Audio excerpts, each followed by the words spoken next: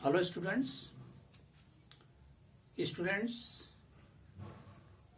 Last time पे हमने introduction of physics में यानी जो हम लोग का पहला क्लास था, पहले क्लास में हम लोग फिजिकल वर्ल्ड की शुरुआत किए थे, जो कि फिजिक्स के फर्स्ट चैप्टर के रूप में बुक्स में दिया हुआ है ना।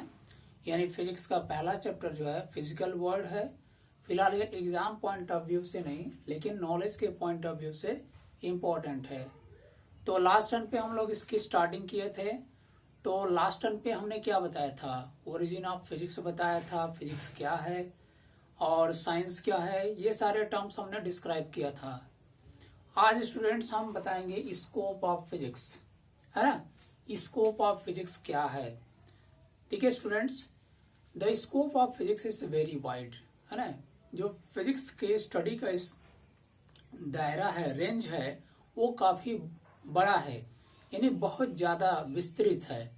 सो in that reference we can say that it is distributed in two branches mainly, है ना। तो अभी इस पे आते हैं। देखिए, जो स्कोप ऑफ फिजिक्स है, फिजिक्स के स्टडी का स्कोप काफी वाइड है, यानी उसका रेंज काफी वाइड है, काफी लेंदी है।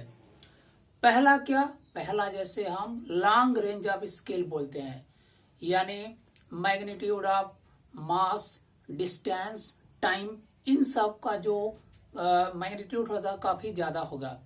तो कहने का मतलब क्या है, लॉन्ग रेंज ऑफ स्केल, है ना। जैसे एस्ट्रोनॉमिकल बॉडीज के बारे में पढ़ा जाए, है ना, एस्ट्रोनॉमिकल बॉडीज के डिस्टेंस यहाँ से मेजर किया जाए, तो ये सारे क्या है, लॉन्ग रेंज ऑफ स्केल है। तो ये हो गया। दूसरा क्या, माइन्यूट स्केल पे स्टडी करते हैं। माइन्यूट स्केल पे स्टडी करने का मतलब जैसे एटम के साइज को, न्यूक्लियस के साइज को कैसे हम मेजर करेंगे, कैसे उनके बारे में स्टडी करेंगे। तो that is the second way, that is minute range of scale and first one is long range of scale. यानी स्कोप ऑफ फिजिक्स जो है दो रेंजों में डिवाइड है। पहला जो है long range of scale and second one is small range of scale. Okay, तो इस चीज को ध्यान में रखते हुए, लॉन्ग रेंज ऑफ स्केल और माइन्यूट रेंज ऑफ स्केल को ध्यान में रखते हुए, इसके दो ब्रांचेज यानी ब्रांचेज ऑफ फिजिक्स में जब आते हैं हम, इसको दो कैटेगरी में डिवाइड कर दिया गया है। पहला क्या, माइक्रोस्कोपिक। माइक्रोस्कोपिक में क्या करते, माइक्रोस्कोपिक हो गया, और दूसरा माइक्रोस्कोपिक। माइक्रोस्कोपिक और ये माइक्रोस्कोपिक।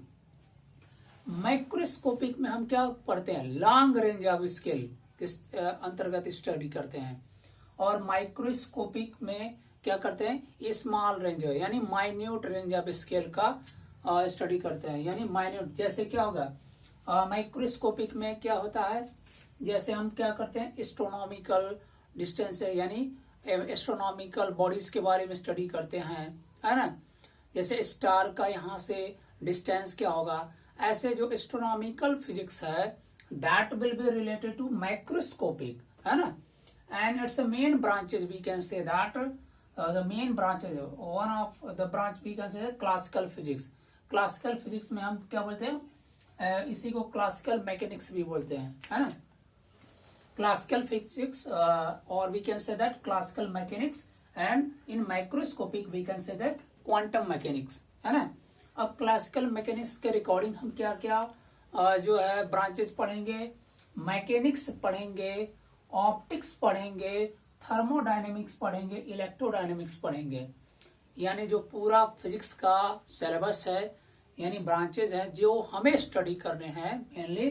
देखिए, स्टार्टिंग में हम लोग क्या पढ़ते हैं, 11 में मैकेनिक्स की स्टडी करेंगे, मैकेनिक्स आएगा, है ना। थर्मोडायनेमिक्स पढ़ेंगे, फिर आगे चल के इलेक्ट्रोडायनेमिक्स, फिर ऑप्टिक्स पढ़ेंगे, है ना। यानी 11th 12th मिलाकर के सब स्टडी किया जाएगा। और देखिए, माइक्रोस्कोपिक में क्वांटम मैकेनिक्स आता है, और क्वांटम मैकेनिक्स के अंतर्गत क्या हम पढ़ेंगे, at minute scales of atoms, nuclei and nucleus nuclei, है ना।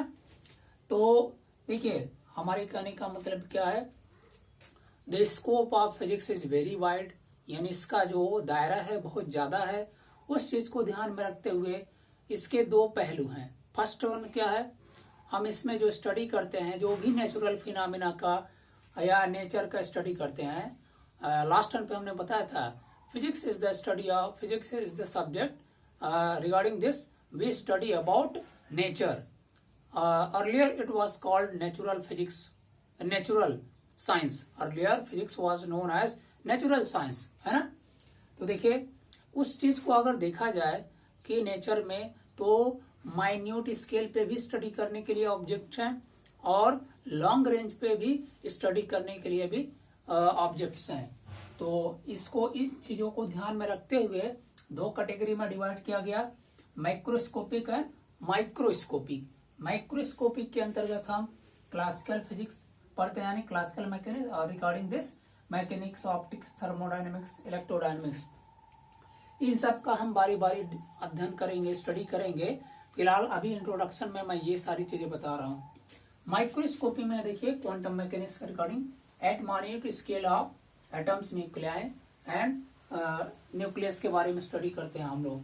अब देखिए स्टूडेंट, मेन सब डिसिप्लिन्स इन फिजिक्स, मेन सब डिसिप्लिन्स क्या होंगे, जो मेन पोर्शन जिसपे हमारा फोकस रहेगा, मैकेनिक्स पे, ऑप्टिक्स पे, थर्मोडायनेमिक्स पे, इलेक्ट्रोडायनेमिक्स में, क्वांटम मैकेनिक्स है, रिलेटिविटी, ये सारे हमारे मेन फोकस के पॉइंट हैं, यानी मेन पॉइंट हैं जिसके बारे में हमें स्टडी करना है ना।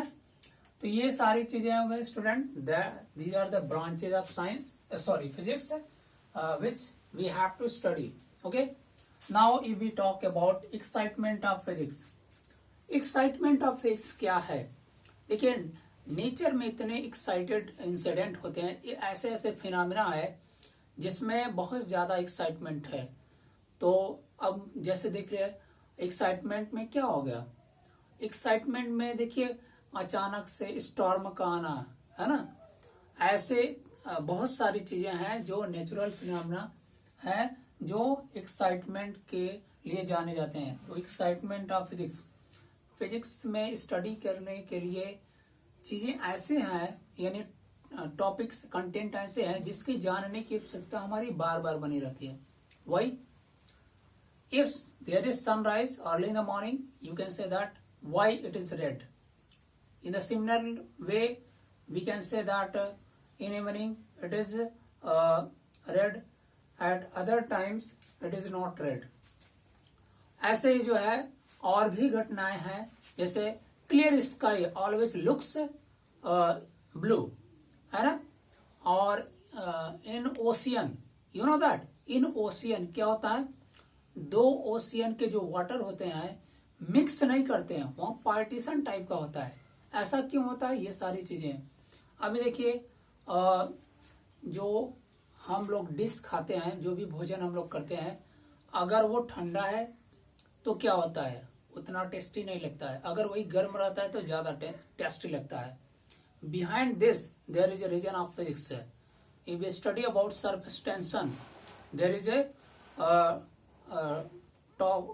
Fact of surface tension. Okay, और अब देखिए किसी भी सॉल्ट को अभी क्या करे, बकेट में जिसमें पानी भरा हुआ रख दिया जाए, तो कुछ समय बाद देखेंगे थोड़ा सा आप डाले हैं सॉल्ट को, कुछ समय बाद वो पूरा सॉल्ट भीग जाता है। ऐसा क्यों होता है, देयर इज ए रीजन, है ना, ऑफ फिजिक्स है। तो फिजिक्स के लिए बहुत सारी एक्साइटमेंट है। Physics in relation to other science, देखिए फिजिक्स का रिलेशन जो है मैथमेटिक्स में भी, यानी मैथमेटिक्स से भी रिलेटेड है, केमिस्ट्री से भी रिलेटेड है, बायोलॉजी से भी, जियोलॉजी से भी, सॉरी बायोलॉजी, जियोलॉजी, यानी अदर सब्जेक्ट से भी इसका रिलेशन है फिजिक्स का, है ना। इसके बाद देखिए physics in relation to society, society में भी इसका रिलेशन है ना। Physics in relation to technology, technology की बात करेंगे तो अभी देखिए फिजिक्स का रिलेशन टेक्नोलॉजी में बहुत ज्यादा है ना। अब देखिए कहीं पे भी कंस्ट्रक्शन होता है, डेवलपमेंट जो भी होते हैं with the help of physics, है ना। आज जो हम ये सब टेक्निकल चीजें पढ़ रहे हैं, टेक्निकल वे से स्टडी कर रहे हैं, दैट इज ऑल्सो फिजिक्स है। You are listening my words, that is also physics, है ना। तो टेक्नोलॉजी में इसका बहुत बड़ा इंपॉर्टेंस है। Now we have smartphone, computers, laptops, these are the relation of physics with technology, है ना। तो फिजिक्स का जो क्राइटेरिया है बहुत ज्यादा है ना। तो ये सारी चीजें हम जब पढ़ेंगे तो सारी चीजें क्लियर होते चले जाएं।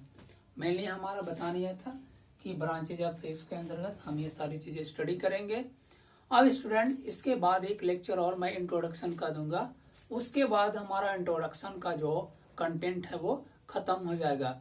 उसके बाद हम जो है नेक्स्ट चैप्टर स्टार्ट करेंगे। तो आज के लिए बस इतना ही, है ना। तो आज के वीडियो में हमने इतना ही क्लियर किया, है ना। बाकी के जो कंटेंट है हम नेक्स्ट वीडियो में आपको देंगे, और आज यहीं पे हम क्लोज करते हैं। Okay students.